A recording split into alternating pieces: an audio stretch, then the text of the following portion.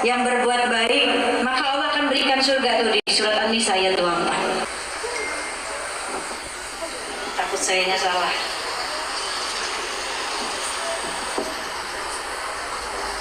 An-Nisa ayat 124. Dan barang siapa mengerjakan amal kebajikan baik laki-laki maupun perempuan dan sedang dia beriman, walaupun imannya itu tadi sebesar biji zarah. Biji zarah itu kan kecil ya Bu ya. Maka mereka itu akan masuk surga dan mereka tidak zalim sedikit pun. Jadi syarat masuk surganya itu beriman dulu. Punya iman dulu. Apa sih iman? Meyakini Bu. Meyakini keberadaannya Allah, bukan cuma di lisan tapi di hati. Yang kita masukkan di dalam hati kita Allah. Bergantungnya sama Allah, berharapnya sama Allah. Jangan bergantung sama manusia, jangan berharap sama manusia. Semakin kita berharap sama manusia, kita akan semakin kecewa. Karena itu sifatnya manusia. Tapi kita semakin berharap sama Allah, bergantung sama Allah, kita nggak akan pernah kecewa Bu. Karena Allah yang lebih tahu keadaan kita. Manusia itu nggak tahu keadaan kita Bu, cuma lihat luarnya doang. Sedihnya kita manusia nggak tahu, teman kita sendiri pun nggak tahu keadaan kita 24 jam seperti apa. Teman kita aja nggak tahu kan gitu. Tapi Allah lebih tahu keadaan kita. Maka iman itu di hati tempatnya, bukan di mulut. Oh iya saya percaya Allah itu ada, tapi hati gak meyakini. Hatinya gak yakin sama Allah, gak yakin Allah yang maha tahu, Allah yang maha kasih rezeki, Allah yang maha mengatur. Gak yakin, masih yakinnya sama manusia. Manusia yang ngasih rezeki saya, manusia yang bisa nolongin saya. Berharapnya lalu sama manusia. Di saat manusia itu gak bisa diharapkan, kecewa. Itu ya. Allah akan kasih ruang kecewa buat manusia kalau dia berharap sama manusia. Pertama beriman dulu. Hilangkan nih yang ada di hati, keluarin semuanya. Urusan makhluk keluarin, jangan ditaruh di hati Bu makhluknya Bu. Nanti sering sakit hati. Tapi yang di hati Allah, harta pun jangan ditaruh di hati. Harta bukan punya kita, tapi Allah yang maha membolak-balikkan hati kita, yang maha tahu keadaan hati kita, yang memandang hati kita. Hati itu spesial Bu. Kenapa hati spesial? Karena Allah melihat hati kita, bukan melihat apa yang kita punya. Harta kita juga nggak dilihat sama Allah Bu. Rumah kita yang mewah nggak dilihat sama Allah. Mobil kita pun nggak dilirik sama Allah. Tapi Allah melihat hati dan amal kita. Hati ini pusatnya kita beramal soleh. Kalau hatinya baik, kita akan dipimpin, dibimbing untuk semua tubuh kita melakukan hal-hal yang baik. Karena hatinya baik. Karena hati ibadah, mesin Bu.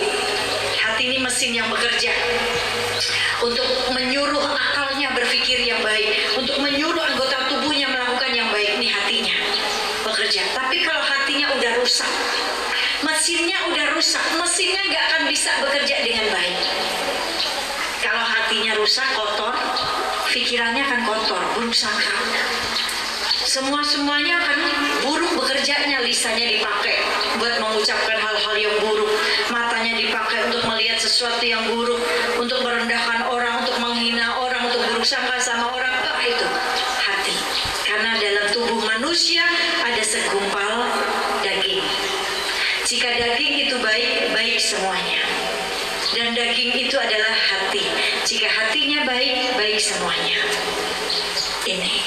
Maka iman, syaratnya masuk surga yang pertama punya iman dulu. Ini. Yang kedua punya cinta Bu. Punya cinta. Cinta kepada siapa? Kepada Allah dulu. Kepada Allah dulu. Yang maha cinta, yang cintanya abadi. Ke Allah. Cinta ke Rasul. Kalau udah cinta ke Rasul nih Bu, maka kita akan mencintai umat Rasul. Ini. Lihat, belajar cinta nih dari Rasulullah. Gimana Rasulullah diperlakukan dengan sangat-sangat tidak baik tapi masih punya cinta. Cintanya sama umatnya tuh Masya Allah. Maka jangan bilang Bu, kalau ada orang yang bilang nih, kamu terlalu lebay mencintai Rasulullah, terlalu berlebihan. muji-muji ngerayain ulang tahunnya. Halo, ibu anaknya ulang tahun, ya ngucapin nggak, dirayain nggak? Wah kamu lebay sampai udah mati-matian buat nyelamatin kita sampai di yaumil mahsyar, nyelamatin kita, minta sama Allah doa, ya Allah selamatkan umatku, itu beliau. Di saat nanti di yaumil mahsyar nih semuanya nafsi-nafsi, semua dikumpulin jadi satu, semua dalam keadaan telanjang di yaumil mahsyar. Matahari sejengkal ada di atas kepala kita, panasnya luar biasa di yaumil mahsyar nanti. Semua dibangkitkan, baik laki-laki, baik perempuan, semua dalam keadaan telanjang satu sama lain. Bahkan Ummu Aisyah bertanya kepada Rasulullah, ya Rasulullah, apakah nanti di yaumil mahsyar semuanya tidak malu? Apakah punya malu mereka? Saling melihat satu sama lain dalam keadaan telanjang. Rasul bilang, nanti di yaumil mahsyar semuanya sudah lupa bahwa dia ini lagi dalam keadaan telanjang. Lupa. Kenapa? Karena punya rasa takut yang luar biasa yang dipikirin dirinya sendiri. Takut menghadap Allah tuh takut. Dikumpulin jadi satu, telanjang semuanya, satu sama lain saling takut. Seorang suami lari dari istrinya di yaumil mahsyar, gak peduli sama istrinya, nyariin juga gak, mikirin apa lagi, lari bu, takut, gak mau dimintai pertanggungjawaban, sendiri ngurusin dirinya sendiri. Seorang istri juga sama, lari dari suaminya, takut, jadi pikirin cuma dirinya sendiri. Anak lari dari orang tuanya, orang tua lari dari anaknya, semuanya nafsi-nafsi, bawa dirinya sendiri-sendiri. Nabi Isa datang, ya Rabbi nafsi-nafsi, menyerahkan umatnya kepada Allah. Umatku hambamu ya Allah, diserahkan. Rasul nangis bu, sujud menangis, doa di situ, ya Allah selamatkan umatku ya Allah, ampuni dosa umatku ya Allah, tolongi umatku ya Allah. Itu Rasul mati-matian buat kita. Jadi kalau ada orang, oh kamu lebay rayain ulang tahunnya Rasul, bukan rayain, ya. Mengingat kelahirannya, manusia yang punya cinta sama kita. Nah kita masih punya anak aja, lahiran, ibu punya cucu nih, ya punya cucu, cucunya lahir, ibu aja senang gak kira-kira? Senang gak kira-kira? Punya cucu pertama, lahir, ngumumin, alhamdulillah telah lahir cucu saya, senang. Dirayain, syukuran, akikahan. Lahir seorang manusia yang mulia yang nyelamatin kita. Bahkan di pintu surga beliau berdiri mencari umatnya, gak kepengen umatnya satu orang pun tertinggal di neraka, diambil sama beliau, diselamatin. Tuh, kalau ada orang yang bilang, ah lebay kamu ngerayain kelahiran Nabi, lebay, nah kamu juga lebih lebay kan gitu. Ini maka cinta, kalau kita punya cinta sama Nabi, kita nggak akan jauh-jauh, dicari nanti sama Nabi. Bahaya kalau orang nggak punya cinta sama Nabi, sekedarnya doang. Ini yang kedua, punya cinta dulu nih, ya. Kalau cinta sama Nabi, dia akan ikutin apa yang Nabi sampaikan, apa yang Nabi lakukan dia akan ikutin. Nabi ngajarin kita memanusiakan manusia, jangan benci sama manusia, kan gitu. Nabi nggak pernah membalas keburukan apapun, diserahin semuanya ke Allah. Lihat dengan akhlaknya Nabi, yang benci jadi cinta semuanya. Ini ikutin, qul in kuntum tuhibbunallah fattabi'uni yuhibbukumullah wa yaghfir lakum dzunubakum. Katakan, jika kalian benar-benar mencintai Allah, ikuti aku, maka Allah akan mengampunimu. Apa yang diikuti akhlaknya bu, yang diajarkan oleh Rasul. Kalau kita memperlakukan orang lain dengan baik, berbuat baik, tanpa minta kita diperlakukan dengan baik juga, Allah sendiri nanti yang akan memperlakukan kita sama seperti kita memperlakukan orang tersebut. Kita memperlakukan orang tersebut baik, Allah akan lebih baik sama kita memperlakukannya. Karena orang baik gak perlu bilang-bilang, bu, saya orang baik loh. Orang baik gak perlu pembuktian. Ini gak perlu klarifikasi saya orang baik, enggak, udah ke Allah aja yang maha baik, cukup Allah yang menilai kita. Ini syaratnya. Yang kedua, yang keberapa tadi? Beriman, punya cinta. Ya, yang ketiga, nyebarin salam. Banyak menyebarkan salam, Bu. Ya. Assalamualaikum, ketemu orang assalamualaikum, jangan cemberut. Jangan cemberut. Walaupun orang itu gak suka sama kita, musuh kita, assalamualaikum, senyum. Mau dijawab gak dijawab, yang penting kita menyebarkan salam. Ya. Assalamualaikum warahmatullahi wabarakatuh. Artinya apa sih, Bu? Memberikan keselamatan. Artinya salam itu kan menyelamatkan, memberikan keselamatan. Kita doa semoga Allah menyelamatkanmu, kan gitu. Kita lagi didoain assalamualaikum. Tetapi ingat, saat kita menyebarkan salam, mengucapkan salam nih kepada orang tersebut, misalkan saya ketemu teman saya, assalamualaikum warahmatullahi wabarakatuh, apa kabar, gitu kan. Dia juga menjawab salam, waalaikumsalam warahmatullahi wabarakatuh, saling mendoakan. Ada 3 hal yang harus diingat saat kita mengucapkan salam, karena isinya keselamatan. Saat kita mengucapkan salam kepada teman kita saat itu, berarti kita harus menjamin teman kita selamat dari 3 hal ini dari diri kita. Teman kita selamat dari lisannya kita saat kita mengucapkan salam. Contohnya, kita udah ngucapin salam, assalamualaikum warahmatullahi wabarakatuh, saya apa kabar? Udah sampai situ aja, jangan urusan ya, gemukan ya. Nah, kayaknya kusap banget sih mukanya, lagi ada masalah.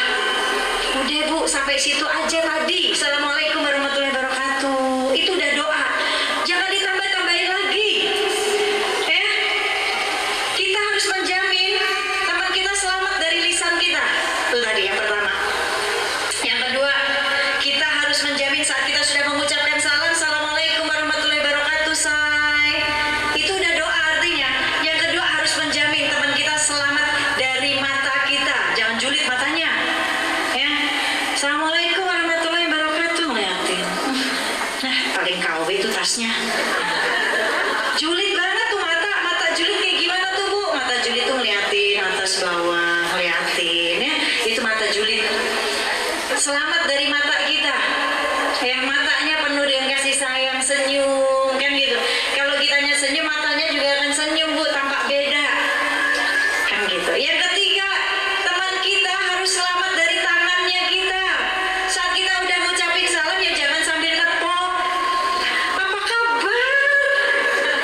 Yang ditepok orangnya gede, yang nepoknya kecil, yang ditepoknya ya sakit.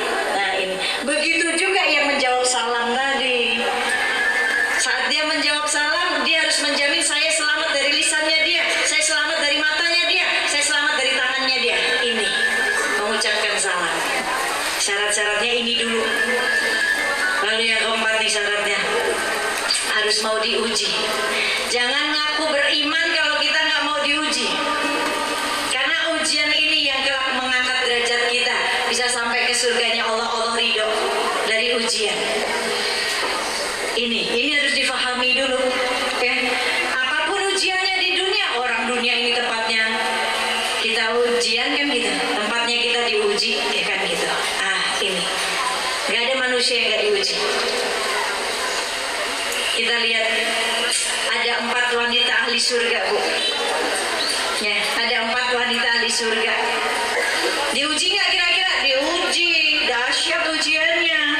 Kita pengen masuk surga tapi nggak mau diuji, baru diuji begitu ngeluh. Nah ini 4 wanita mulia ini masuk surga, Bu. Udah dikasih surga sama Allah. Para wanita ahli surga, penghulunya surga nih 4 ini. Sayyidah Maryam, ya. Sayyidah Maryam, Sayyidah Asyiyah, Sayyidah Khadijah, Sayyidah Fatimah. 4 ini diuji nggak? Diuji, dahsyat ujiannya.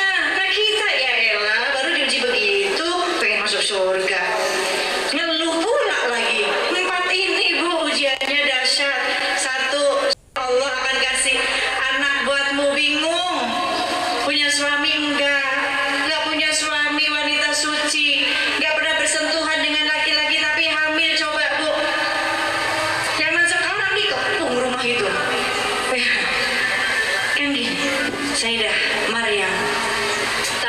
sabar, bertakwa kepada Allah dengan keimanannya, berdiam diri di mihrabnya, di tempatnya dia, berdiam diri, beribadah kepada Allah, menyerahkan semuanya kepada Allah hingga makanan langsung turun dari surga. Ini diuji, dahsyat ujiannya. Siapa lagi? Ummu Asyah. Siapa Ummu Asyah? Istrinya Fir'aun, Bu. Punya suami kayak Fir'aun. Nah, pertanyaannya, suami ibu kayak Fir'aun gak? Enggak, taat udah. Ya kan? Jadikan jembatan kalian jadi istri yang salehah. Kan gak akan ada istri salehah kalau gak ada suami. Ujiannya dari suami buat menjadikan kalian istri salehah, kan gitu. Perantara suaminya buat jadi jembatan, jadi istri yang salehah. Asia, Bu, suaminya Fir'aun. Setiap hari dapat kezalimannya Fir'aun, sampai akhirnya Fir'aun tahu Asia ini mengimani ajarannya Nabi Musa. Begitu Fir'aun tahu, disiksa, diseret Ummu Asia di padang pasir, akan dipertontonkan oleh kaumnya Fir'aun saat Fir'aun mau menyiksanya Ummu Asia. Dan di situ Ummu Asyah berdoa kepada Allah, yang doanya diabadikan di surat At-Tahrim ayat 11. Itu doanya Ummu Asyah meminta kepada Allah. Allah mengumpamakan Asyah ini menjadi perumpamannya istri yang beriman. Istri yang beriman adalah Ummu Asyah. Di situ doanya, ya Allah, bangunkanlah aku satu rumah di surga, ya Allah, bersamamu, dekat denganmu, dan jauhkan aku dari kezolimannya Fir'aun, dari siksanya Fir'aun, dari orang-orang yang zolim. Itu doanya di situ, Bu, At-Tahrim ayat 11. Di saat beliau berdoa, Allah kabul. Sebelum Fir'aun menyiksanya, Allah sudah cabut nyawanya Ummu Asyah. Ini kenapa? Karena kesabarannya, keimanannya dahsyat. Siapa lagi? Sayyidah Khadijah, Ummahatul Mukminin. Beliau juga diuji, Bu. Masya Allah, wanita yang mendampingi Rasulullah di saat orang-orang tidak mau membantu Rasulullah, di saat orang-orang tidak mengimani Rasulullah. Beliau wanita pertama yang mengimani, yakin bahwa suaminya adalah utusan Allah, yang dipilih oleh Allah. Di saat semua orang tidak mau membantu perjuangan Rasul, beliau yang menghabiskan hartanya di jalan Allah untuk membantu perjuangan Rasulullah. Sampai akhirnya suatu hari ini Rasulullah pulang dari dakwah, terbaring ya di pangkuannya Ummu Khadijah. Rasulullah lelah, tertidur di pangkuannya Ummu Khadijah. Ummu Khadijah membelai rambut Rasulullah dan tidak terasa menangis. Keluar air mata Ummu Khadijah, dan air matanya itu menetes di pipinya Rasulullah hingga membuat Rasulullah terbangun. Lalu bertanya melihat istrinya, "Wahai istriku Khadijah, kenapa engkau menangis? Apakah engkau enggak bahagia hidup denganku? Apakah engkau sengsara hidup denganku ya Khadijah? Dulu engkau wanita mulia, wanita terhormat, wanita kaya, tetapi begitu menikah denganku, engkau jadi miskin. Apakah engkau menyesal menikah denganku ya Khadijah?" Nangis, Bu. Wanita mana yang tidak bahagia menikah denganmu ya Rasulullah? Aku bahagia sekali. Aku menangis ini karena melihat perjuangan dakwahmu belum selesai ya Rasulullah. Tapi harta kita sudah habis. Dakwahmu belum selesai, tapi harta kita sudah habis. Jikalau nanti aku mati dan engkau masih dakwah, gali tulang-tulangku ini buat jembatan menyeberangi jalan dakwahmu. Tuh, wanita yang mensupport suaminya di saat terpuruk pun dia masih mensupport. Bahkan, Bu, di saat Rasulullah dihina-hina, diusir, Ummu Khadijah bertanya, "Siapa yang mengusirmu ya Rasulullah? Siapa yang menghinamu ya Rasulullah?" Rasulullah mengatakan, "Nih namanya ini." Dicatat, Bu, sama Ummu Khadijah.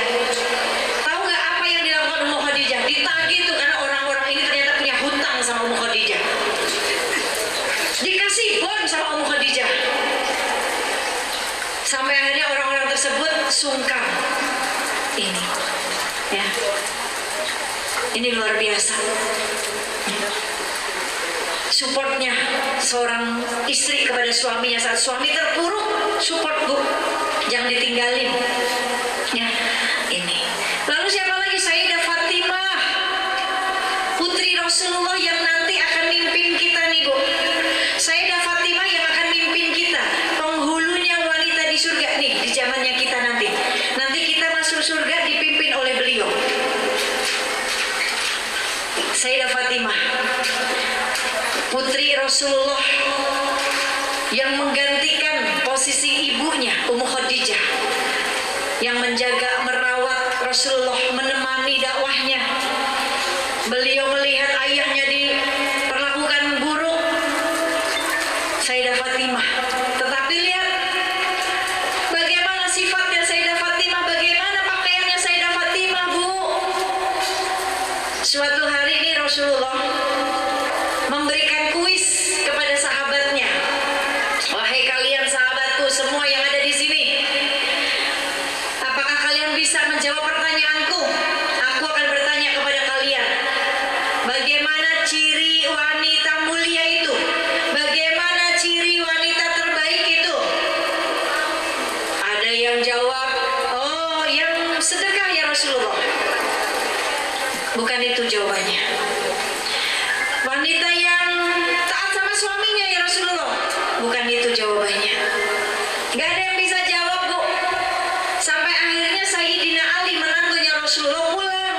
Nah kebiasaan Sayyidah Fatimah istri beliau bertanya, wahai suamiku, tadi ayahku kasih ilmu apa? Ilmu hari ini apa yang kau dapat dari ayahku? Ini wanita istri yang baik. Suami pulang ditanya, ya nggak ditanya bang, dapat duit berapa bang, bawa duit berapa bang, enggak, tapi nanya tadi dapat ilmu apa. Nah, lalu Sayyidina Ali menjawab, tadi ayahmu memberikan pertanyaan, siapa wanita yang mulia, ciri-cirinya seperti apa sih wanita mulia itu, ciri-cirinya seperti apa sih wanita yang baik terbaik itu. Sayyidah Fatimah tersenyum. Aku tahu jawabannya. Aku akan menjawab. Aku akan menemui ayahku. Aku akan menjawab. Ditemuin ayahnya bu. Jawab, ayahku, tadi engkau memberikan pertanyaan, siapa wanita yang mulia, ciri-cirinya yang terbaik seperti apa? Apa jawabannya? Kata Rasul. Kata Sayyidah Fatimah, yang tidak memandang laki-laki dan yang tidak dipandang laki-laki. Rasul tersenyum bu. Rasul mengangguk, tersenyum dan memeluk putrinya, mencium putrinya. Dan itu kamu wahai putriku. Suatu hari Rasulullah sedang menceritakan,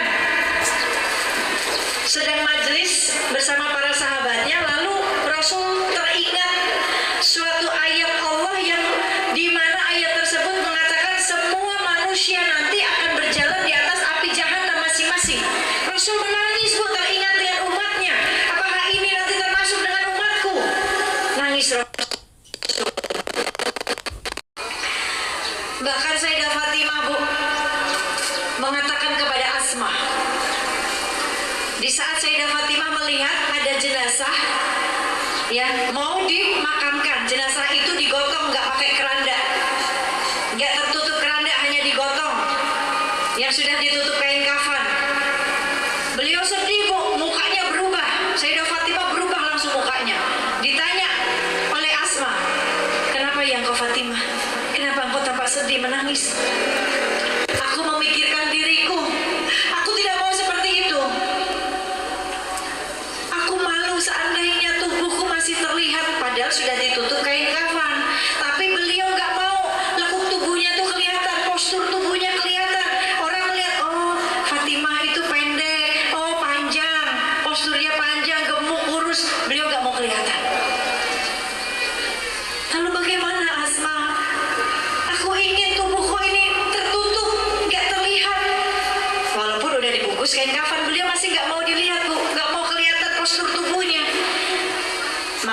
Rasulullah menyarankan nanti akan ada apa namanya tuh keranda kurung batang.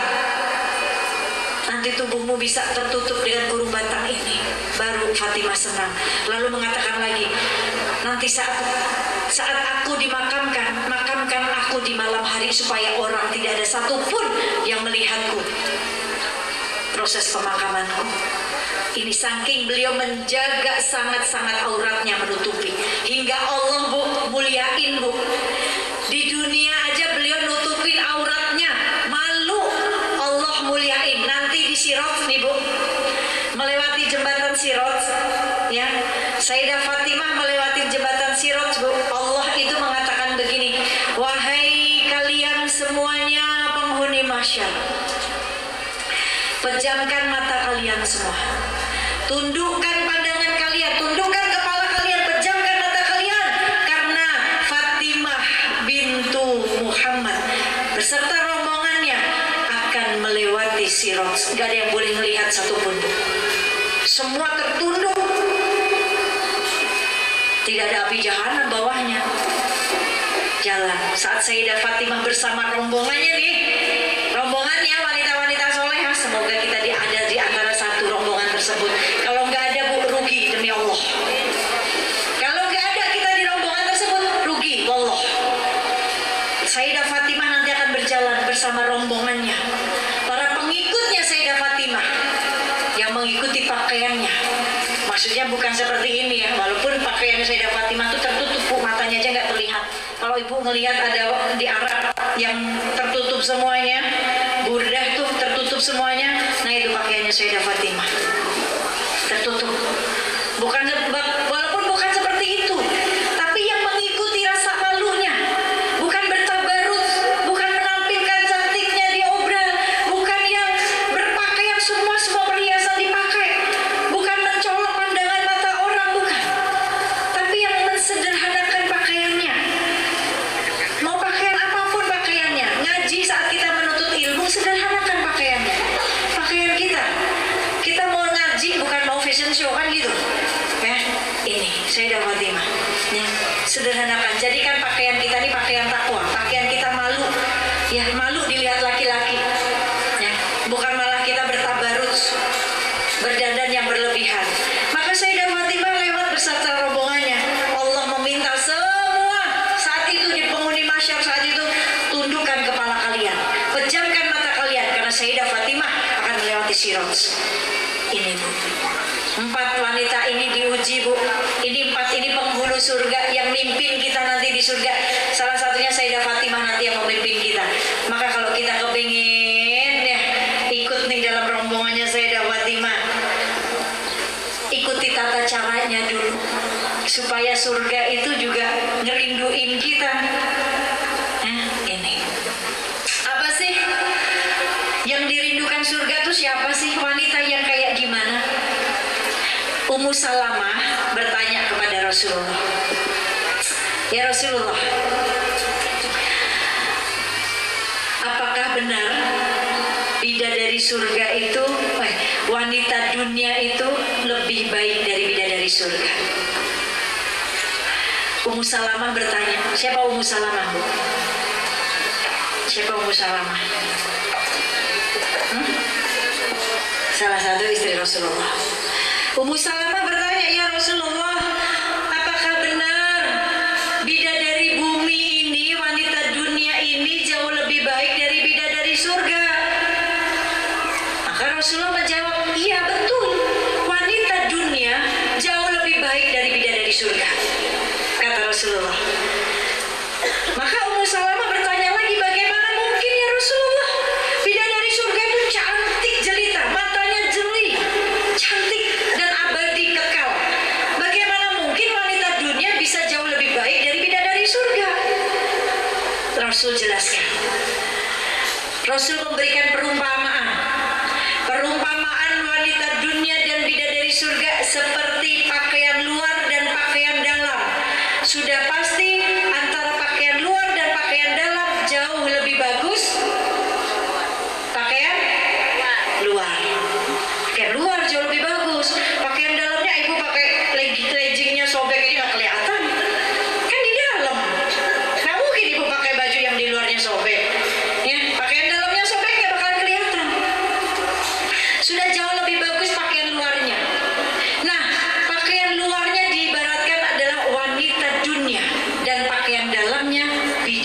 surga. Ummu Salamah bertanya lagi, bisa dijelaskan lagi ya Rasulullah, apa yang menyebabkan pakaian wanita dunia ini menjadi pakaian luarnya?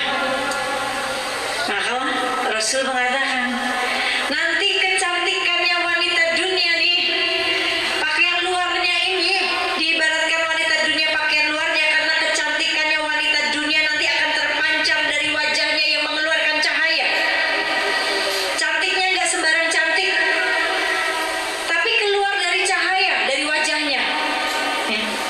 Wajahnya bercahaya, bukan cuma cantik doang. Ada yang cantik tapi ngebosenin dilihatnya.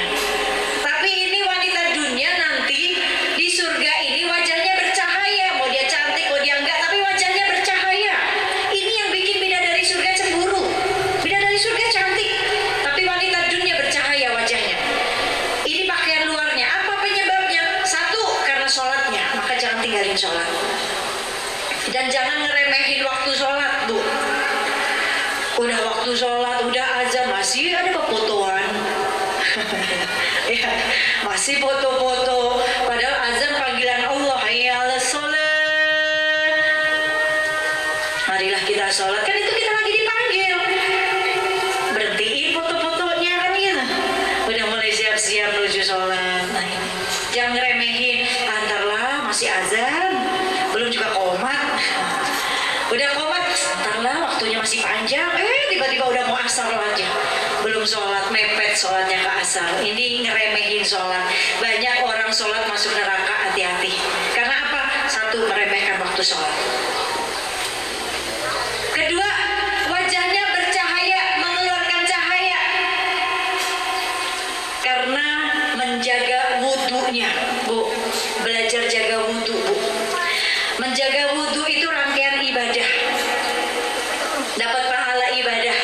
Kalau kita nih ada majelis pagi, sebelum berangkat kan kita sholat duha dulu, berarti kita udah wudhu. Jaga sampai kita menjelang zuhur kita masih ada wudhu.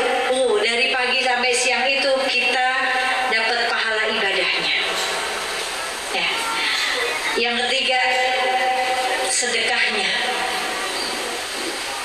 Yang sedekahnya. Nah, sedekah utamanya buat perempuan nih, buat para istri, bukan buat perempuan, buat para istri yang udah pada suami, punya suami. Sedekah utamanya buat para istri, buat ke suaminya itu sedekahnya adalah senyum. Kan senyum adalah sedekah. Tapi senyumnya istri buat suami, jangan cemberut mulu, kasih suami senyum. Ya, suami datang lagi kesel, Pak, saya mau kasih sedekah buat papa. Apa senyum? Ting. Senyum mas suami, lelahnya hilang, Bu. Ya, banyak sedekah mas suami. Ya, pakai senyum. Kan senyum adalah sedekah. Jangan senyum-senyum sendiri di luar. Ada orang tukang sayur lewat senyum, tukang ikan lewat senyum. Jangan. Tapi senyum buat suami. Suami pulang kerja, ibu mau sedekah dulu mas suami.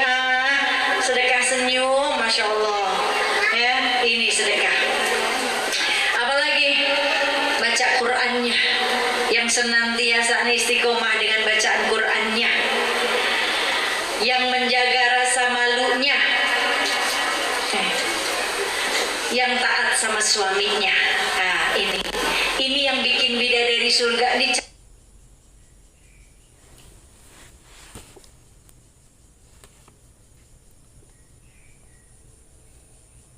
yang nih kita nih di sini. Yang bakalan dicemburuin bidadari surga, kita jadi ratunya. Soalnya Bu, satunya orang bidadari cemburu sama kita. Kita spesial saat itu, wajah kita bercahaya, ya karena itu tadi syarat-syaratnya yang dimiliki wanita dunia, yang menjadikan wanita dunia pakaian luarnya, yang menjadikan wanita dunia dicemburui oleh bidadari surga itu. Yang sholat 5 waktunya, yang menjaga wudhunya, yang sedekahnya, yang baca, yang puasanya, yang baca Qur'annya, yang menjaga kehormatannya dan menjaga kehormatan suaminya, yang taat kepada suaminya. Ini agak-agak susah sih yang paling belakang, ya Bu. Agak-agak susah nggak? Susah-susah gampang yang pada punya suami. Urusan taat tuh susahnya, masya Allah. Ya, padahal taatnya dalam kebaikan. Contoh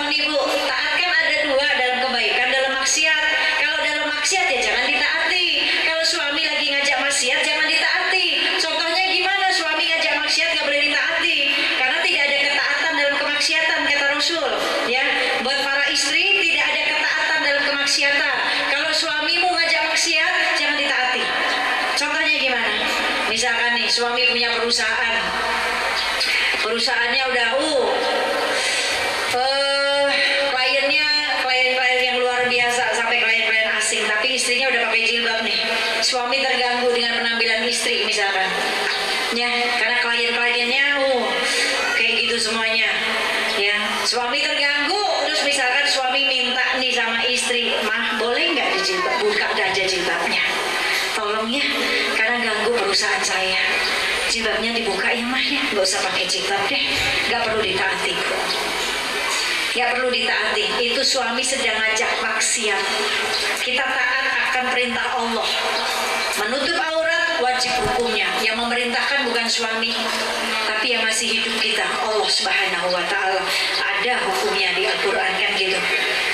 Nah, ini bisa disampaikan ke suami dengan baik saat suami menyuruh kita membuka jilbabnya. Ya, di saat papa ini kan mengambil tanggung jawab mamah nih sewaktu masih belum menjadi istri, masih jadi anak perempuan ayah saya. Papa ijab kabul, papa ambil tanggung jawab ayah saya. Semua tanggung jawab ayah saya nih ada pada papa sekarang. Nah, mama nggak mau papa yang udah tanggung jawab, terus mama nggak mau muliain papa. Jilbab nutup aurat ini sedang memuliain suami. Nggak mau suami nanti dihisab, ngurangin hisabnya suami, lagi muliain suami. Kan papa udah mati-matian nyari nafkah, ngambil tanggung jawab kan gitu. Sampaiin yang baik, insya Allah suami ngerti. Jangan marah ya, jangan, tapi sampaiinnya dengan santun, pakai adab, pakai cinta, pakai ilmu, insya Allah suaminya ngerti. Itu taat dalam kemaksiatan gak perlu ditaati. Tapi selagi suaminya masih sholat, suaminya masih cari nafkah, istrinya ngeyel banget, terus suami bilang terserah. Suami bilang terserah, itu antara dibolehin atau enggak, Bu. Antara dibolehin atau enggak, tapi istrinya udah pede banget, dikira dibolehin. Berangkat aja Pak dia nih, berangkat duduk di depan sini ya, ketemu saya ngedengerin sampai siang nih. Dapat apa kira-kira? Dapat pahala enggak? Gak ada surga di sini, gak dapat pahala apa-apa di sini, enggak. Pahalanya sana, pahalanya ngurusin suami, walaupun izinnya bagus, mau menuntut ilmu, tapi kalau suami gak ridho, gak dapat pahala di sini. Nih, taat dalam hal baik, urusannya ngaji baik, bukan maksiat. Tapi kalau gak ada ridho dari suami, gak dapat apa-apa. Ridhonya Allah nih, ada pada ridho suami saat itu. Meninggalkan suami dalam keadaan sedih, dalam keadaan sakit, suami gak ridho, gak dapat apa-apa, Bu. Bisa aja Allah malah murka kepada kita. Nah, hal ini yang harus kita pahami urusan taat nih ya.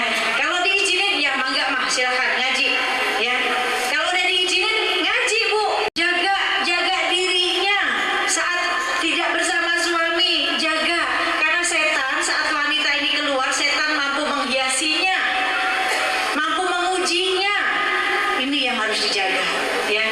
Jaga kehormatan suami sebagai seorang istri. Udah nyampe sini, habis ini pulang, jangan kemana-mana lagi ya. Jangan izin, belum izin tapi udah nyampe mall duluan. Begitu udah nyampe mall baru izin, Pak, Mama di mall. Bukan izin, Bu, pengumuman. Wajar aja suaminya besok-besok gak ngebolehin ngaji.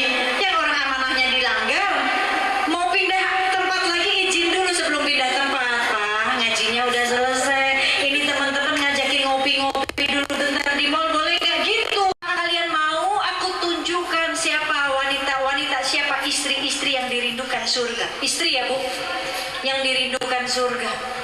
Yang pertama Al-Wadud, contohnya Al-Wadud, cirinya apa itu Al-Wadud? Yang senantiasa meraih menyenangkan suaminya, meraih cinta suaminya.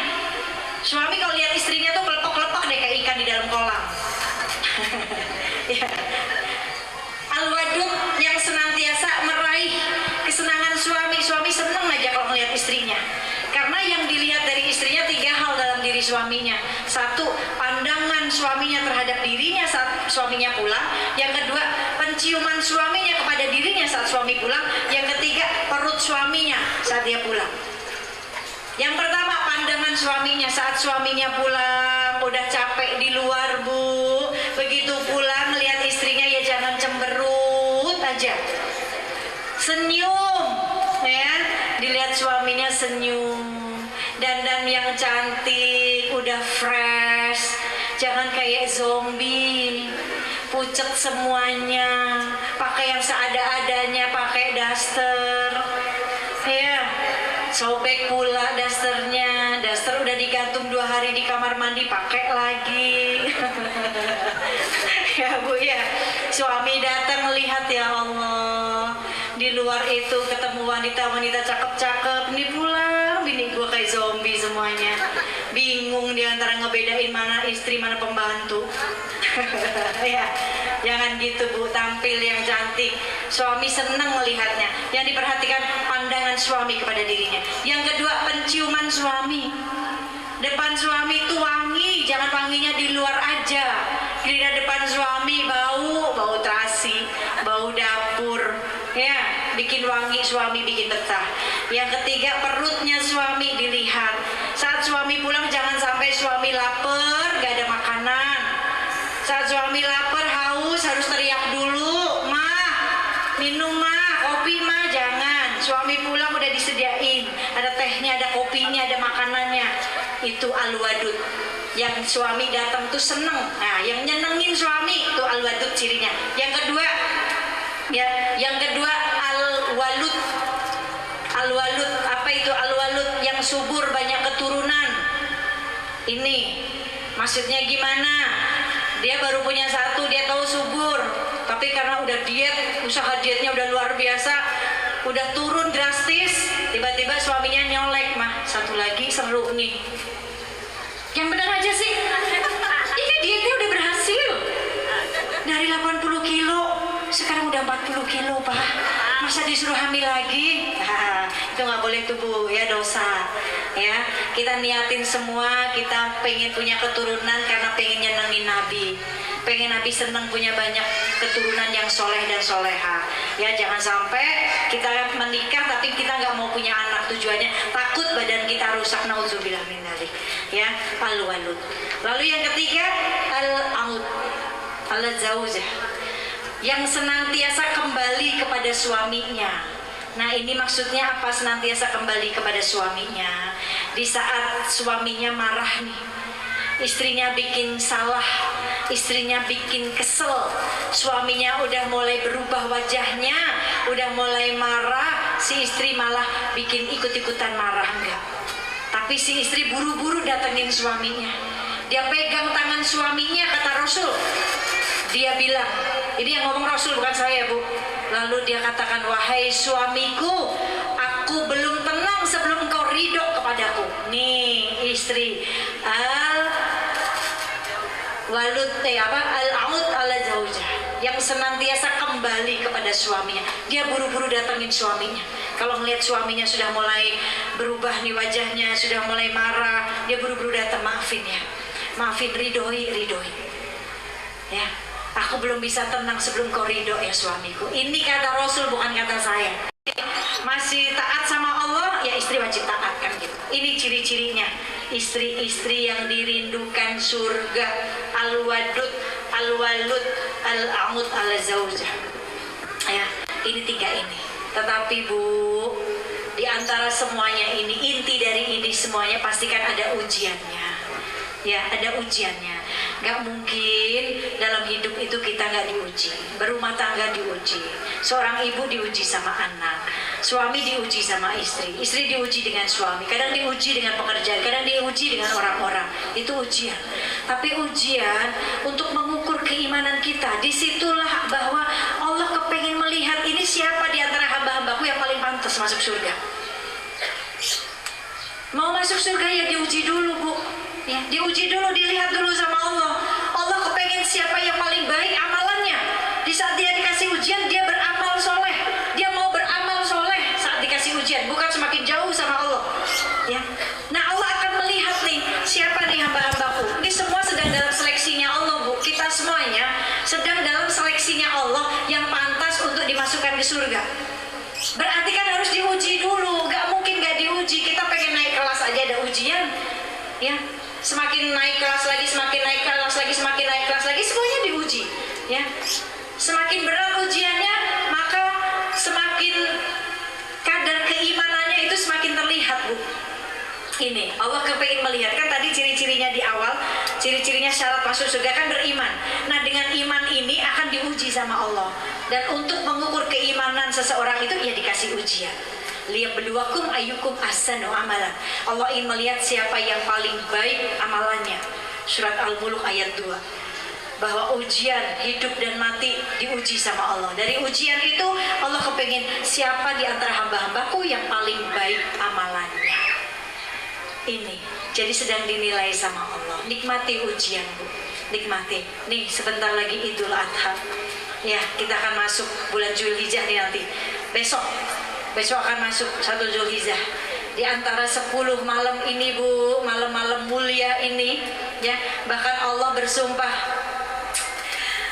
ya, Al-Fajr, demi Fajar. Fajar ini dikatakan, ada yang mengatakan bahwa Fajarnya ini di saat Idul Adha. Ada yang mengatakan di saat Fajarnya ini saat hari Arafahnya. Nah, Allah bersumpah di antara 10 hari ini, Bu, 10 hari ini amal soleh ini, Masya Allah, ya, Allah memuliakan 10 hari ini. Maka kalau kita nih bisa berpuasa tanggal 1 sampai tanggal 10 nanti,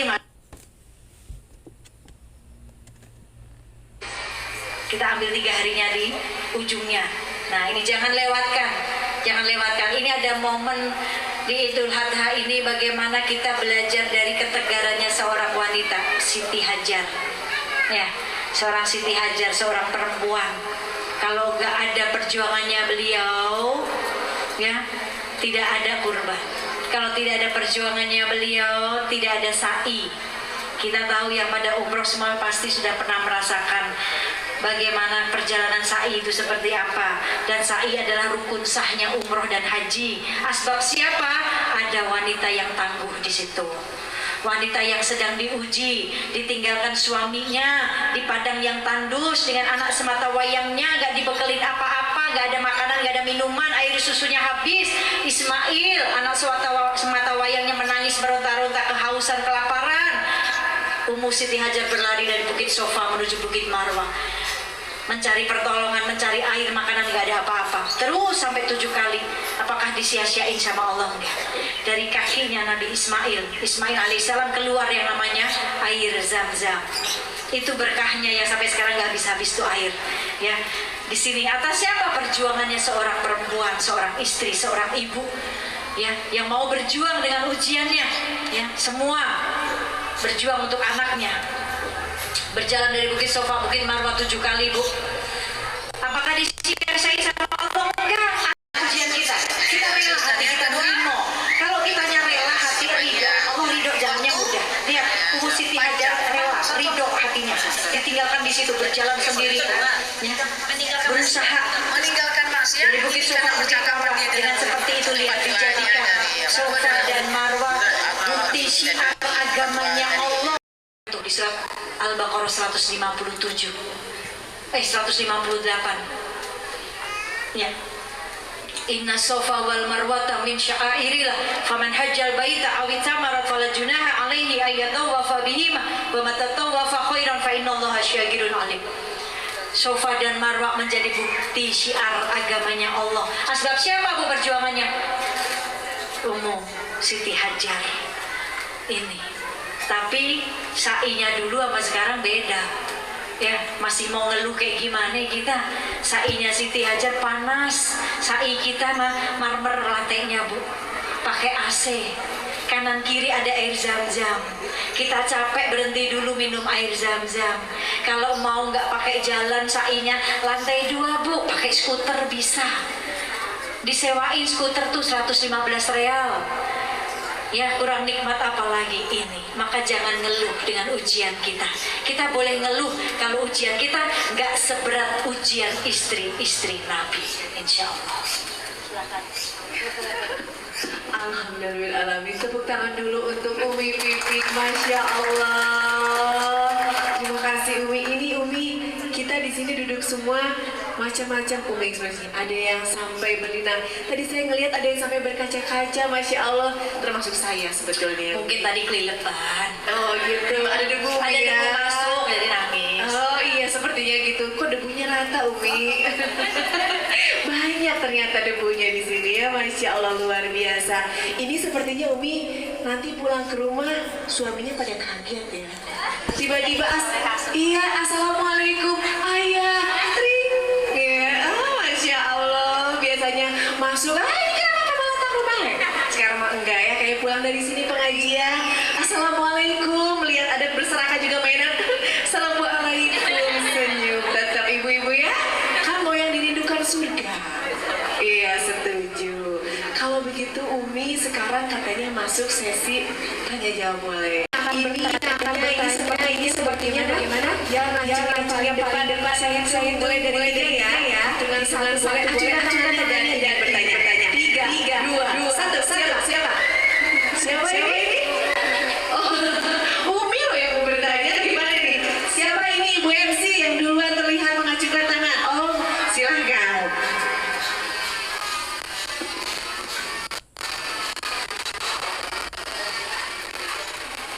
Assalamualaikum warahmatullahi wabarakatuh. Masya Allah.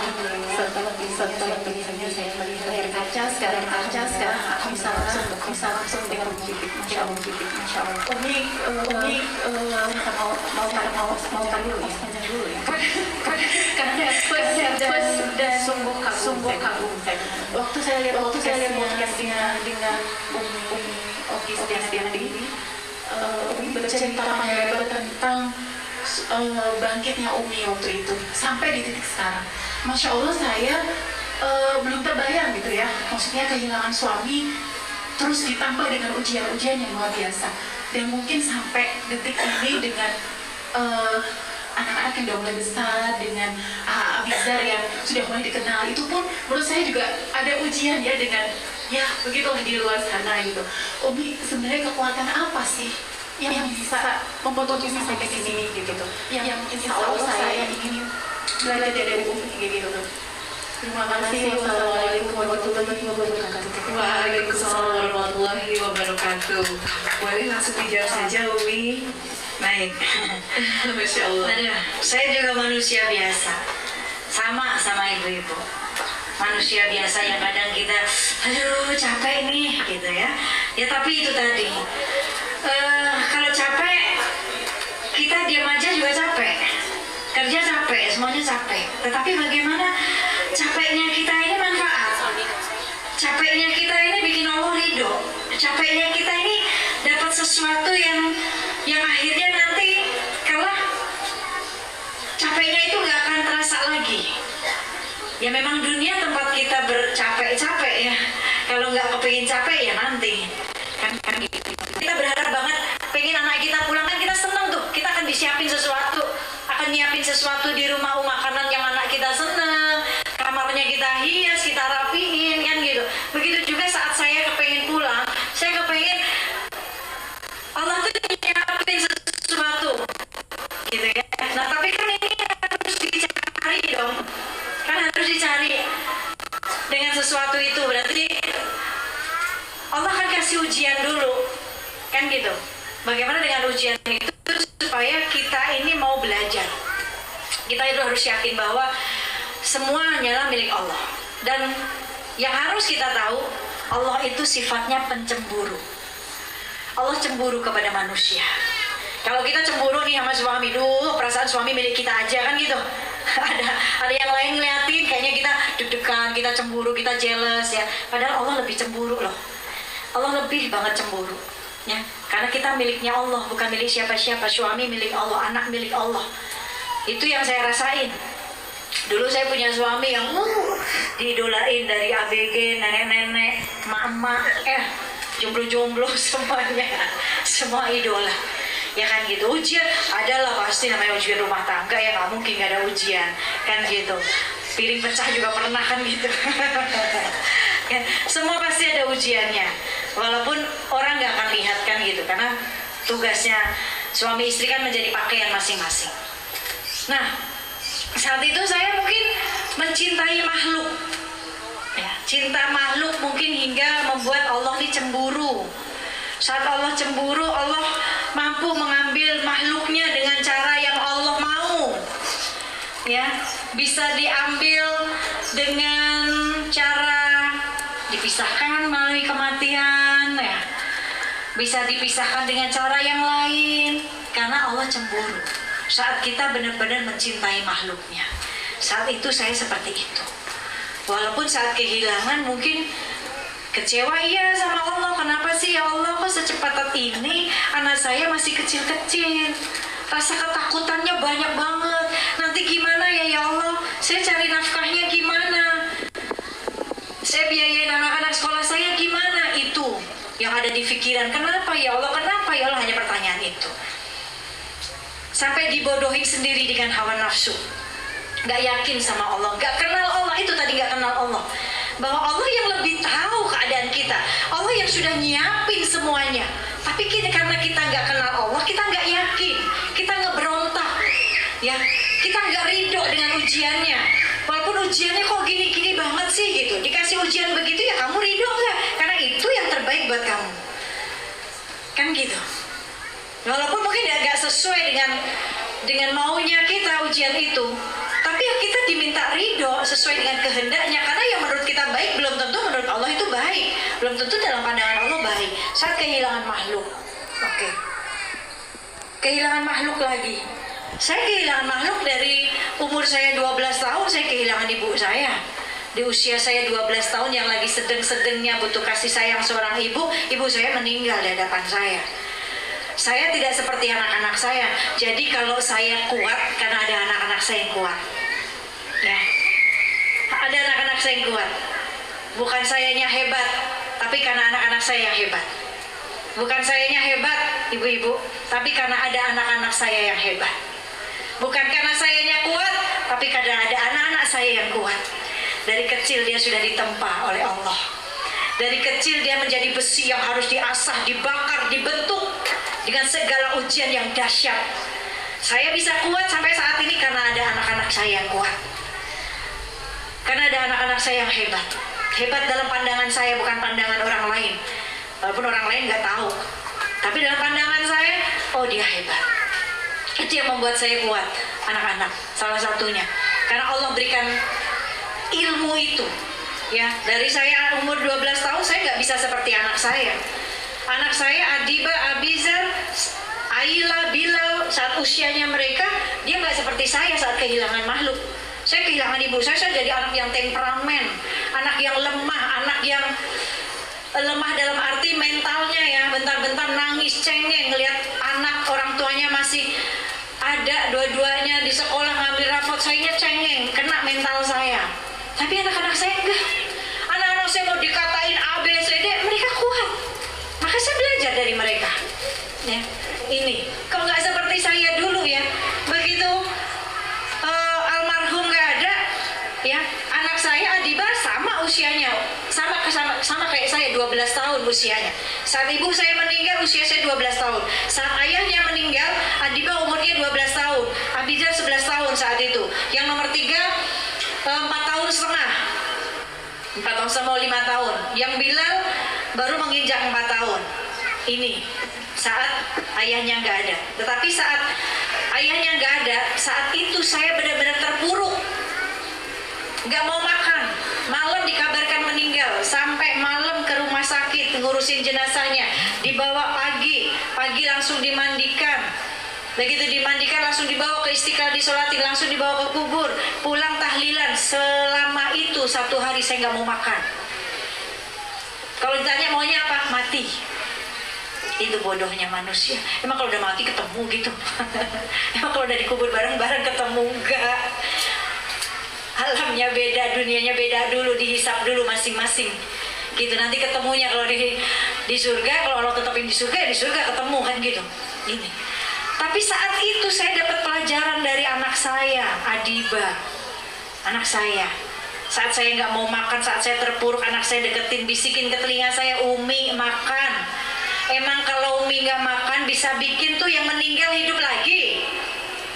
Itu saya seperti ditampar, Bu. Kepala saya seperti dijedokin. Sama Allah suruh sadar, dia aja bisa.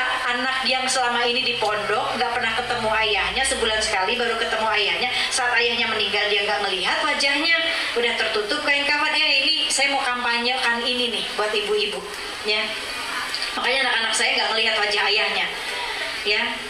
Kalau Abizan mungkin lihat saat di rumah sakit, melihatnya saat itu. Tapi Adiba nggak lihat karena sudah dipakai keranda. Nah, saya mau mengkampanyekan ini buat ibu-ibu. Kalau kita punya saudara yang sudah meninggal, mau anak, mau suami, mau orang tua, kalau sudah ditutup kain kafan, sudah dimandikan, sudah bersih, sudah ditutup kain kafan, mukanya juga sudah ditutup, jangan dibuka-buka lagi. Walaupun udah dikafani nih, tinggal mukanya doang yang belum. Kan ditutupin kerudung, ada orang lagi takziah dibuka lagi, tutup lagi, ada orang takziah lagi dilihat lagi, buka lagi. Bu, saat itu si mayit sedang kesakitan. Itu di kitab ada. Di kitab Syarah Imam Haddad. Jadi kalau udah ditutup, udah tutup, jangan dibuka-buka lagi. Karena kalau ada yang buka, si mayit sedang kesakitan, Bu. Udah kalau udah tutup udah. Nggak ada lagi yang boleh lihat. Selesai, buru-buru, kepengennya buru-buru dimakamkan. Terus kalau lagi takziah yang perempuan dilihat auratnya, jangan datang takziah rambut kemana-mana, auratnya kelihatan, kasihan si jenazahnya lagi kesakitan, ya nggak mau dia. Terus ada lagi nih saat prosesi pemakaman, kenapa dalam Islam perempuan itu nggak boleh mengantarkan jenazah? Kenapa, Bu? Karena banyak aurat di situ. Banyak aurat terlihat di situ. Saat aurat banyak terlihat, si mayit sedang disiksa, Bu. Itu di kitab dijelaskan. Jadi kenapa kalau perempuan udah di rumah aja? Nanti kalau udah proses pemakamannya selesai, mau datang silahkan tabur bunga boleh. Tapi selama proses pemakaman, perempuan nggak diperbolehkan dalam Islam. Karena biasanya kan datang perempuan kadang pakai celana segini, aurat kemana-mana, itu sedang nyakitin yang jenazahnya, Bu. Kalau kita sayang sama si mayit, udah perempuan di rumah aja, nggak boleh melihat, menyaksikan prosesnya. Karena kadang kan perempuan nangis, gerung-gerung nangisnya, pingsan, auratnya kelihatan. Ya, kalau yang meninggal suaminya perempuan yang begini, terus ada laki-laki yang lain, oh itu istrinya ya, cakep juga ya. Itu kayak gitu, hal-hal yang kayak gitu yang ditakuti kan gitu ya. Ini jadi perempuan dalam Islam harus di rumah. Lalu kembali lagi ya, Adiba bisa mengatakan seperti itu. Saya belajar dari dia. Lalu saat rumah saya terbakar, begitu kehilangan almarhum, gak lama saya kehilangan ayah saya. Ayah saya yang selama 100 hari meninggalnya beliau nemenin saya, nguatin saya. Gak lama beliau capek meninggal. Kehilangan makhluk, terpukul, rapuh sekali. Tapi anak saya nguatin. Sampai akhirnya yang terjadi di saat titik balik saya yang saya pengen mengenal Allah, saya bersyukur di saat saya terbakar rumah saya. Itu saya bersyukur, saya menangis. Disitulah saya merasakan, oh Allah dekat sekali dengan saya. Kalau bukan Allah, mati saya, Bu, sama anak-anak saya. Di saat itu merasakan panasnya api dunia, Bu. Terkepung api di kebakaran, gak bisa keluar. Yang ada cuma kelihatan api sama asap doang. Panas luar biasa, sesek batuk. Tapi teriak-teriak gak ada yang nolong saat itu. Ya, dinyelamatin anak-anak, ngeraba-ngeraba kamar anak-anak supaya nyelamatin anak-anak. Akhirnya loncat dari lantai 2 ke lantai 1. Setelah itu, ya Allah, innalillahi wa inna ilaihi raji'un. Terserah Engkau ya Allah, pasrah sepasrah-pasrahnya. Di situ bersyukur, nangis, ya Allah. Pelongnya gimana ya Allah? Kalau bukan Allah yang nyelamatin, siapa? Mati, Bu. Tapi bersyukur, ya Allah masih dikasih kesempatan hidup walaupun gak punya apa-apa. Hilang pandangan yang selama ini saya kejar habis-habisan.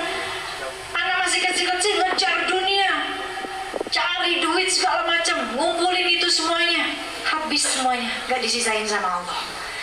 Tapi pandangan mata saya dikasih nikmat sama Allah. Ya, di saat yang ini habis terlalap api, ada seorang laki-laki di situ yang usianya masih 11 tahun. Di saat semua orang tetangga baru pada bangun, ya, nyiramin air, ya, nyiramin air pakai ember tuh api, masuk azan. Ini laki-laki yang umur 11 tahun ini bilang, Om, udah Om, tinggalin aja, udah biarin, udah kebakar, bentar lagi mobil kebakarannya datang kok. Udah azan, yuk kita sholat. Anak 11 tahun, Abizar. Di situ saya seperti dikasih sesuatu yang luar biasa. Ini loh harta kamu, bukan ini yang kamu cari. Bukan ini yang mati-matian kamu cari dunia. Hingga gak kenal Allah, hingga gak kenal titipan amanah Allah yang sesungguhnya yang mana. Ini anak-anak, hartanya. Di situ umur 11 tahun tapi menguatkan saya. Memberi ngajak orang-orang, justru udah tinggalin deh, udah kebakar, udah mau ngapain lagi, udah sholat, udah azan tuh, yuk sholat yuk. Itu kalimatnya saat itu, ya. Belum lagi anak-anak saya yang paling kecil pun saat itu umur 4 tahun setengah. Namanya anak kecil, kalau ngeliat mainan nangis, enggak. Sekarang kalau lewat tempat mainan cuma ngeliat doang. Mau beli sepatu nanya, Umi punya uang enggak? Kalau nggak punya uang nggak usah, Bilal masih punya sepatu. Dulu nggak ada anak-anak saya ngomong begitu. Saat ada bapaknya minta, nangis dibeliin. Sekarang mereka lebih tahu, oh ujian seperti ini, oh dia melihat real ujian seperti apa, kan gitu. Ini, dan di situ titik balik saya. Di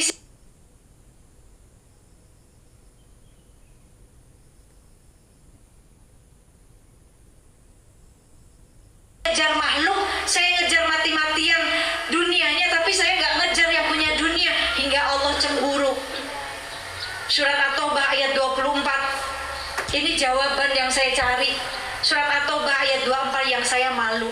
Apa di situ bunyinya? Jikalau bapakmu, anakmu, hartamu, tempat tinggalmu, perniagaanmu yang kau takut kerugian di dalamnya, lebih kalian cintai ketimbang Allah dan Rasulnya dan jihad di jalan Allah, maka tunggulah peringatan.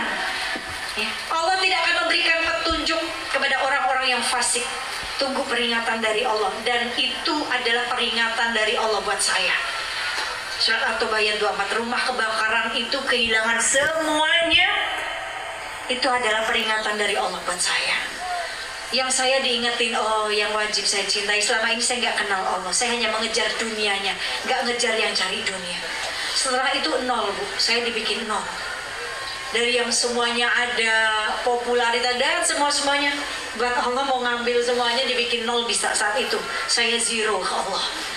Terserah Engkau ya Allah. Ya. Kasih petunjuk ke saya supaya saya nggak buruk sangka dengan ujian ini, supaya saya ridho. Itu tadi. At-Taubah ayat 24, Al-Baqarah 155. Yang ternyata, oh iya, dan pasti aku mengujimu, kata Allah itu di surat itu bunyinya, dan pasti aku mengujimu dengan sedikit ketakutan. Sedikit ketakutan aja, kenapa kamu takut banget? Kehilangan makhluk kenapa takut banget? Kan ada aku, kata Allah. Sedikit ketakutan di ayat itu bunyinya, dan pasti aku mengujimu dengan sedikit ketakutan. Udah sedikit doang, ada Allah, la tahzan, jangan sedih. Innallaha ma'ana, Allah bersama kita. Sedikit ketakutan, kata Allah. Kelaparan, ya. Kehilangan harta benda, buah-buahan, jiwa. Terguncang jiwa saya. Tapi kata Allah, wabasyiri sobirin. Di ayat itu, wabasyiri sobirin, kata Allah. Walanabluwannakum bisyai'in minal khawfi wal ju' wa naqsi minal amwali wal anfusi was samarati wabasyiri sobirin. Dan pasti aku mengujimu dengan sedikit ketakutan, kelaparan, kehilangan harta benda, buah-buahan, jiwa. Wabasyiri sobirin, kata Allah. Sampaikan kabar gembira ini kepada orang-orang yang sabar. Pertanyaannya, siapa orang-orang yang sabar? Saya mau sabar atau enggak? Kalau saya sabar, saya bakalan dikasih kabar gembira dari Allah. Kan itu janji Allah. Wabasyiri sobirin, sampaikan kabar gembira ini kepada orang-orang yang sabar. Saya termasuk orang sabar atau tidak? Siapa orang-orang yang sabar? Di ayat selanjutnya 156, alladzina idza asabathum musibah qalu inna lillahi wa inna ilaihi rajiun. Dia faham bahwa semuanya bukan milik dia. Hartanya, makhluknya, suaminya, ayahnya, hartanya bukan milik dia. Harta anaknya, bahkan dirinya sendiri bukan milik dia, tapi milik Allah. Ini orang yang sabar. Dia nyerahin semuanya ke Allah. Pasrah, zero. Apa kabar gembiranya? Yakin Allah akan kasih kabar gembira. Di ayat selanjutnya, ulaika alaihim sholawatu min rabbihim warahmah wa ulaika humul muhtadun. Al-Baqarah 156. Mereka orang-orang yang dikasih ujian. Sungguh Allah akan berikan rahmat, Allah akan berikan ampunan, Allah akan berikan petunjuk. Tergantung kitanya mau dikasih petunjuknya ya Kak sama Allah. Allah tidak akan merubah suatu kaum kalau kitanya nggak mau merubah diri kita. Nah itu, Allah lagi kasih petunjuk ke saya. Allah mau merubah sayanya mau dirubah atau enggak? Kan harus ada take and give-nya, ya. Supaya kita dikasih sama Allah. Nah ini, oh saya mau merubah diri saya. Sudah cukup ya Allah. Saat ujian itu saya hanya introspeksi pada diri saya. Bahaya Bu, kalau kita diuji kita nggak introspeksi sebagai seorang hamba. Itu bahaya banget. Saat kita dikasih ujian, yang kita muhasabahi diri dalam diri kita, oh dosa apa ya yang saya perbuat? Maksiat apa ya yang saya kerjakan? Kadang kita bikin dosa sama suami, bikin dosa sama mertua, bikin dosa sama orang tua, bikin dosa sama tetangga dengan lisan kita apa segala macam. Mungkin Allah nggak ridho. Dosa apa yang saya perbuat? Maksiat. Udah saya pasrah ke Allah. Ya Allah, la yukallifullahu nafsan illa wus'aha. Engkau tidak akan memberikan ujian di luar batas kemampuan hambanya. Hamba gak mampu ya Allah. Tapi Engkau yang memberikan kemampuan itu. Maka udah menjalani aja Bu. Udah saya udah pasrahin. Terserah Allah aja. Sesuai dengan caranya Allah. Gimana dengan tangannya Allah yang bergerak. Ini sampai sekarang. Dan Allah kasih rezeki. Dibukain. Bingung mau tinggal di mana. Ya. Tiba-tiba banyak banget orang datang minjemin rumahnya. Saya nggak kenal. Kalau saya kenal, awalnya saya nggak kenal siapa orang tersebut. Umi udah tinggal di rumah saya, tinggal masuk aja. Saya nggak punya barang-barang yang mau dibawa, Bu, habis semua. Perhiasan habis, pakaian habis, semuanya habis. Gak disisain. Cuma pakaian yang saya pakai, yang saya sisa. Cuma itu semua habis. Tapi lihat, Allah itu bisa memberikan sesuatu yang mustahil dengan cara yang lebih mustahil lagi. Itu Allah. Caranya kita mungkin mustahil banget deh. Saya bisa keluar dari kebakaran itu mustahil buat saya. Tapi bagi Allah lihat, Allah bisa. Ya. Memberikan sesuatu yang mustahil dengan cara yang lebih mustahil lagi. Bahkan urusan rezeki saja Bu, bisa memberikan yang lebih mustahil lagi bisa. Saat saya memutuskan pakai cadar, habis saya ditinggalin sama orang. Gak ada yang percaya sama saya. Dianggap cadar ekstrim, cadar aliran sesat dan segala macamnya. Jadwal saya di cancel semuanya. Yang harusnya full jadwal saya, habis semuanya, kosong. TV gak mau pakai saya. Semua orang ninggalin saya saat saya memutuskan pakai cadar. Tapi saya berusaha ya Allah. Ya ini Allah akan melihat hijrahnya ini benar-benar hijrah karena Allah, pengen selamat di akhirat atau karena makhluk. Kan gitu. Tapi saya bertahan. Saya kepengen cari Allah. Saya kepengen pulang selamat Bu. Saya udah punya semuanya. Dulu popularitas saya udah punya. Dipuji-puji orang saya udah pernah. Kan gitu. Semua udah saya rasain, apalagi saya cuma kepengen pulang, Allah ridho, sayanya ridho, Allah ridho, nikmat. Cuma itu, pengen cari jalan pulang dengan selamat, cuma itu, gak kepengen yang lain-lain, gak. Ini, tapi begitu saya ikro selama sebulan, mulai keuangannya menipis, mulai gak punya uang lagi, bingung harus bayar sekolah anak-anak, harus masukin anak ke pondok dua-duanya, bingung. Tapi di situ Allah kasih sesuatu yang lebih mustahil lagi. Datang skincare Bu, bayangin ada seorang dokter perempuan nawarin saya kerjasama skincare, dan skincarenya boleh pakai nama saya, Umi Pipik Skincare. Itu kan sesuatu yang mustahil di saat saya pakai cadar. Apa yang mau saya jual? Jual skincare, wajah saya tertutup. Apa yang mau saya jual? Tapi saya nggak disuruh buka cadar saat itu sama dokter itu. Pakai cadar Umi, Dok, nanti nggak laku. Apa yang mau saya jual? Saya pakai cadar, jualan skincare apa yang mau saya jual Dok? Saya nggak mau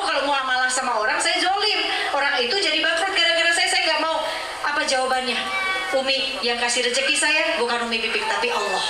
Saya bisa pakai artis yang ternama sekalipun, tapi kalau nggak ada rezeki saya, nggak ada. Di situ Bu, saya nangis. Allah keren banget. Allah bisa kasih sesuatu yang lebih mustahil bagi saya. Itu keyakinan yang harus dibentuk. Kekuatan itu adalah keyakinan bahwa kita ini nothing, kita ini kosong. Ada Allah semuanya, ya. Itu. Baiklah ibu-ibu, kita lanjutkan saja. Tadi dari pertanyaan pertama saja sangat luar biasa ya, sungguh mungkin akan mewakili tidak hanya dari pertanyaan dari yang Mama Alana, juga bisa mewakili dari ibu-ibu semua, mungkin termasuk saya sendiri. Terima kasih pertanyaannya Mama Alana dan terima kasih sekali Umi atas jawabannya, Masya Allah luar biasa. Baiklah, kami akan membuka 2 lagi pertanyaan. Tadi Umi, Masya Allah, tadi saya tanya, Umi apa cukup saja karena ini sudah siang, tapi kata Umi boleh 2 pertanyaan lagi untuk wanita-wanita soleh yang insya Allah dirindukan oleh surga. Baiklah, tadi saya melihat ibu yang memakai kacamata, iya tadi yang sudah, boleh silahkan ibu, mic-nya mohon dibantu, gitu.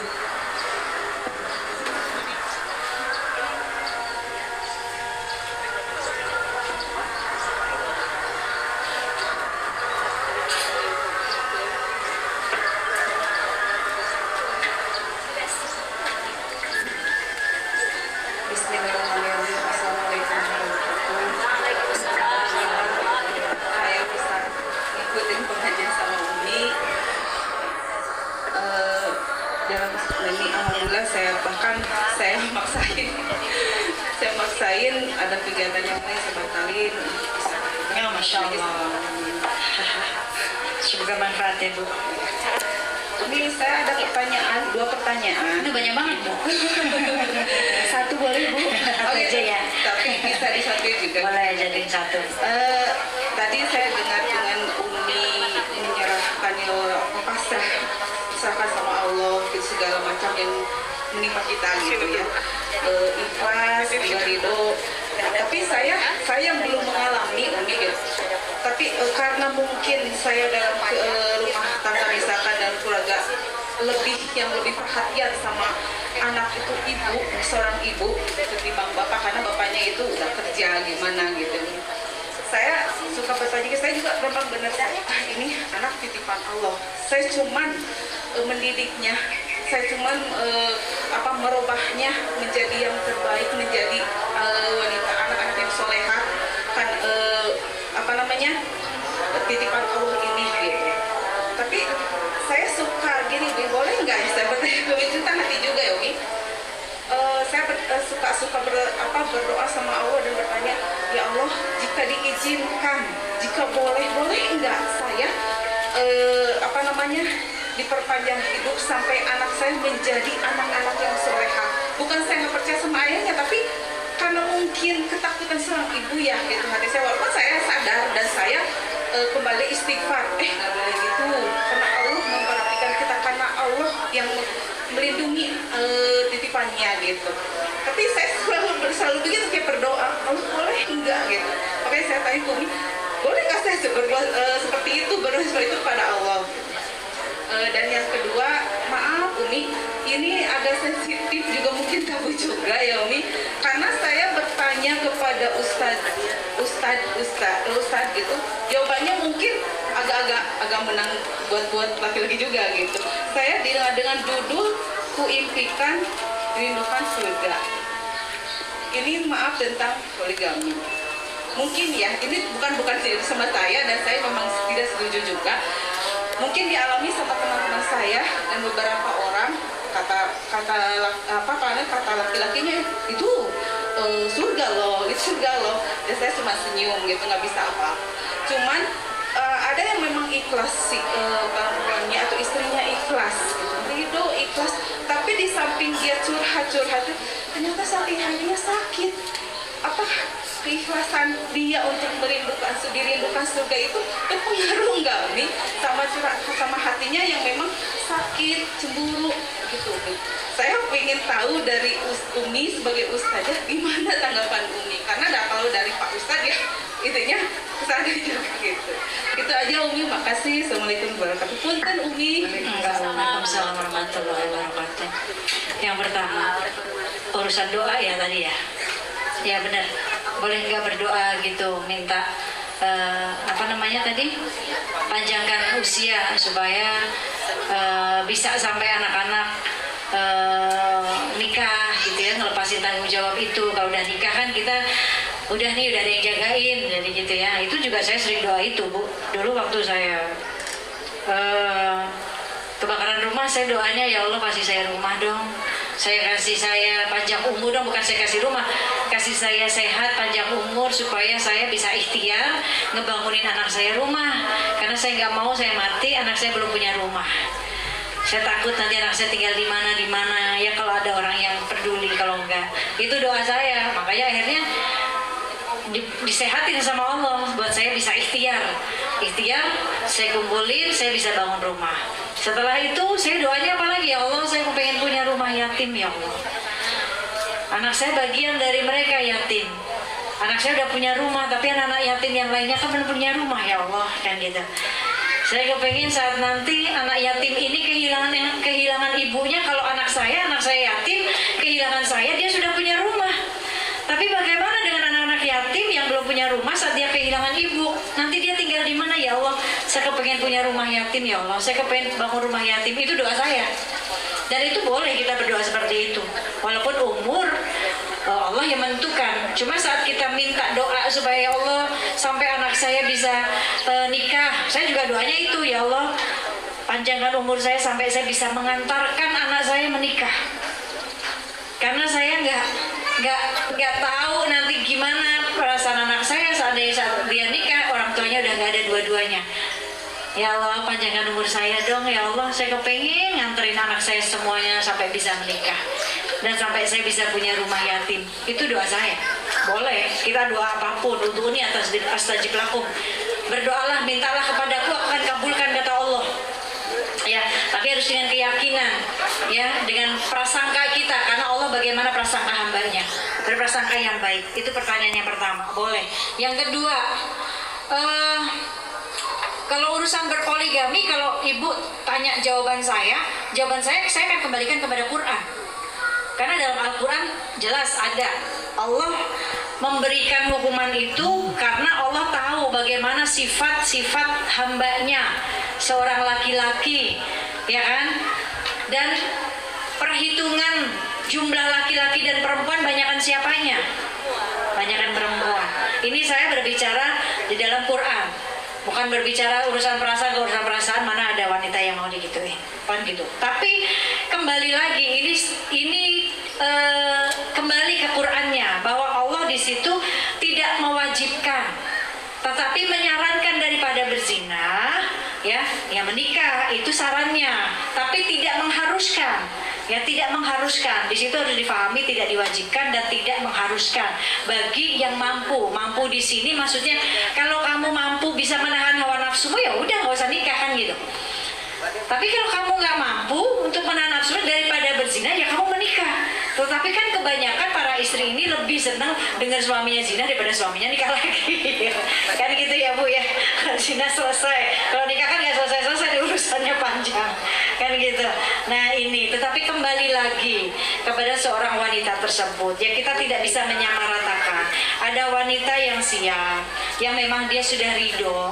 Karena apa? Bagi wanita-wanita yang sudah ridho, wanita-wanita yang bahkan ada yang sampai melamarkan buat suaminya. Bu, dulu tuh saya sampai mau ngelamarin loh Bu. Buat almarhum.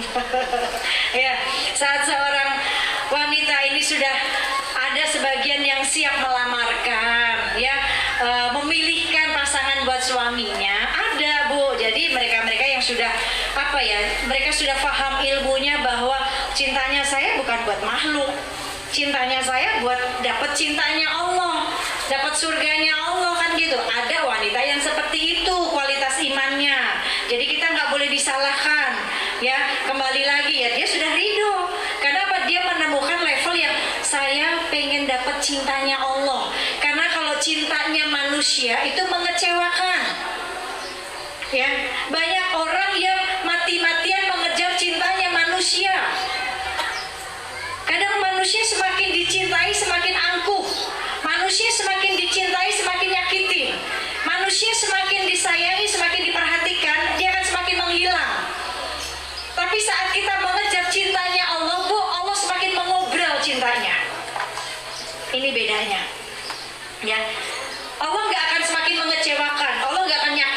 hambanya. Itu bedanya.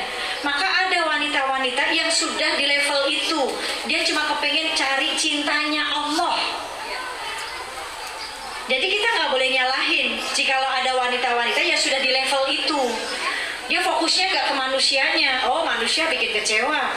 Manusia ini, suami saya juga milik Allah, anak saya milik Allah. Kapanpun bisa Allah ambil kalau Allah cemburu kan gitu. Nah, tapi ada manusia yang ini sifat kepemilikannya itu masih oh, suami saya milik saya, bukan milik yang lain. Dia lupa suaminya milik Allah. Hati-hati, Allah cemburu. Saat Allah cemburu, si wanita itu merasa dirinya biasa merasa paling-paling. Ya, paling benar, paling ini, paling itu. Yang akhirnya Allah uji nih, Allah datangkan yang lainnya. Itu sebenarnya untuk menguji dirinya sendiri, untuk menguji keimanannya, untuk menguji takaran cintanya dia kepada makhluk atau kepada Allah.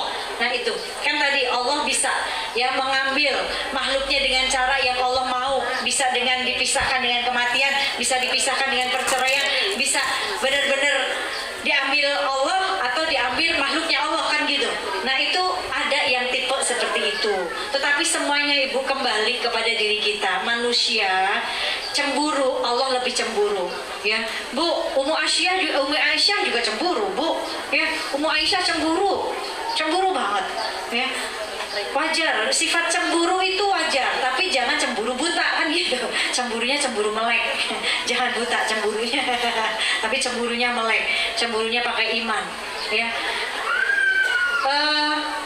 Kalau Ibu tadi cerita bahwa teman saya itu ikhlas, ya, tapi saat cerita kayaknya dia kesakitan, kayak gitu. Bu, berarti ikhlas itu nggak ada di mulut. Ikhlas nggak bisa di mulut. Saya mah ikhlas, suami saya begitu, tapi ngotot ngomongnya. Ya, saya mah ikhlas, digituin juga, tapi kesel. Ikhlas nggak di sini, Bu. Ikhlas bukan di mulut, tapi ikhlas di hati letaknya. Hati yang mana? Hati yang sudah menyerahkan hatinya kepada Allah. Ini orang yang ikhlas. Karena saat ikhlas itu, Abdurrahman bin Auf, sahabat Nabi, bertanya tentang ikhlas kepada Nabi. Ya Nabi, ikhlas itu seperti apa? Ajarkan aku tentang ikhlas. Bagaimana ikhlas itu? Baginda Nabi Muhammad langsung bertanya kepada malaikat Jibril. Tidak berani menjawab tentang ikhlas. Bertanya kepada malaikat Jibril. Aku akan bertanya kepada malaikat Jibril tentang ikhlas. Bagaimana ikhlas itu? Malaikat Jibril saat ditanya oleh Rasulullah, malaikat Jibril tidak menjawab, akan bertanya kepada Allah Subhanahu wa taala. Dan ketika malaikat Jibril bertanya kepada Allah Subhanahu wa taala tentang ikhlas, apa kata Allah? Ikhlas adanya hati. Dan hanya hati hambaku, aku yang tahu. Ikhlas letaknya di hati. Dan hanya aku yang paling tahu hatinya hambaku. Dan orang-orang yang ikhlas itu, yang hatinya sudah menyerahkan, sudah dia serahkan kepada sang pemilik hati, bukan kepada manusia. Kalau hati kita serahkan kepada manusia, Bu, banyak sakit hatinya. Tapi hati ini, orang yang ikhlas, hati ini sudah diserahkan kepada Allah, sang pemilik hati yang paling mengerti, menggenggam hatinya. Ini orang yang ikhlas dengan apapun ujiannya. Maaf, bukan urusan poligami aja. Kadang kita sama orang tetangga benci sama kita, kesel sama kita nggak ikhlas digituin sama tetangga kita. Kenapa? Karena hati kita nyimpen. Ya, ini hati. Tapi orang yang ikhlas yang menyerahkan apapun, mau tetangga nggak suka, yang tetangga itu bukan punya saya, punya Allah. Serahin aja ke Allah. Ya Allah, Kau yang maha membolak-balikan hatinya dia, ya Allah. Ya. Hatiku Engkau yang tahu, ya Allah, selamatkan hatiku supaya nggak benci, dan selamatkan hatinya dia supaya nggak benci. Itu doanya. Ya, jadi urusannya ikhlas bukan di mulut, Bu. Orang-orang yang mungkin saat itu sudah mengatakan ikhlas untuk dipoligami, tetapi di luar dia menceritakan aib suaminya, dia menceritakan pengalamannya, dia tidak ikhlasnya, dia merasakan dengan sakit hati, berarti dia belum ikhlas. Karena ikhlas, dia mampu menyerahkan hatinya itu kepada Allah dan menjalani ketaatannya kepada Allah, bukan kepada makhluk. Ya, jadi semuanya kembali kepada orang tersebut. Laki-laki wajib berhak, bukan wajib berhak, dia punya hak, silahkan dia mau berpoligami, itu di Al-Quran sudah ada. Ya, Allah yang menetapkan hukum karena Allah tahu bagaimana hawa nafsunya seorang laki-laki, tahu. Ya, ini. Lalu yang kedua, kembali kepada wanitanya tersebut. Ada sebagian wanita yang sudah ridho karena dia punya level bahwa hatinya dia milik Allah, dan dia akan mencari cinta yang sesungguhnya, yaitu Allah. kan gitu. Dia cuma fokusnya ke situ, tapi fokusnya ke makhluk, dia cuma ibadahnya dengan Allah diperbaiki, ibadah dengan makhluknya dia perbaiki, kan gitu. Itu. Dan ada orang yang tidak ikhlas. Oh kan surga itu bisa dicari dari jalan apapun, monggo, kan gitu. Tetapi tetap kita pengen dapat surga itu caranya taat. Mau taat dengan Allah dan taat kepada makhluknya gitu. Mau suami nggak poligami pun istri wajib taat, karena surganya istri ada di suami, kan gitu. Tiket surganya seorang istri ada pada diri suaminya. Sekalipun suami nggak berpoligami, Bu, suaminya nggak sholat misalkan, ya, tapi surganya ada di suami. Selagi suami nggak nyuruh maksiat, ibu doa, ya Allah, suami saya belum sholat nih, ya Allah, lembutkan hatinya, kasih hidayah supaya dia mau sholat. Tetap istri yang taat, istri yang ngabdi ke suaminya, istri yang banyak doa, itu istri yang soleha. Tetap dia menjaga, menghormati suaminya. Sekalipun suaminya nggak punya pekerjaan, miskin, kita yang bekerja, kita yang capek, ngurus anak juga, capek iya, suaminya sakit di rumah, tetap tanggung jawab dia, taat dia kepada suami, kan gitu. Tetap dia ngabdi kepada suami, tugas dia ibadah sama manusia, ibadah kepada Allah. Jadi surga itu bukan hanya bisa diraih dari poligami saja, tetapi dengan suami gak berpoligami pun istri tetap wajib taat, istri tetap cari surganya dengan apa? Dengan ketaatan, ya. Ini. Jadi terjawab ya Bu, semoga terjawab.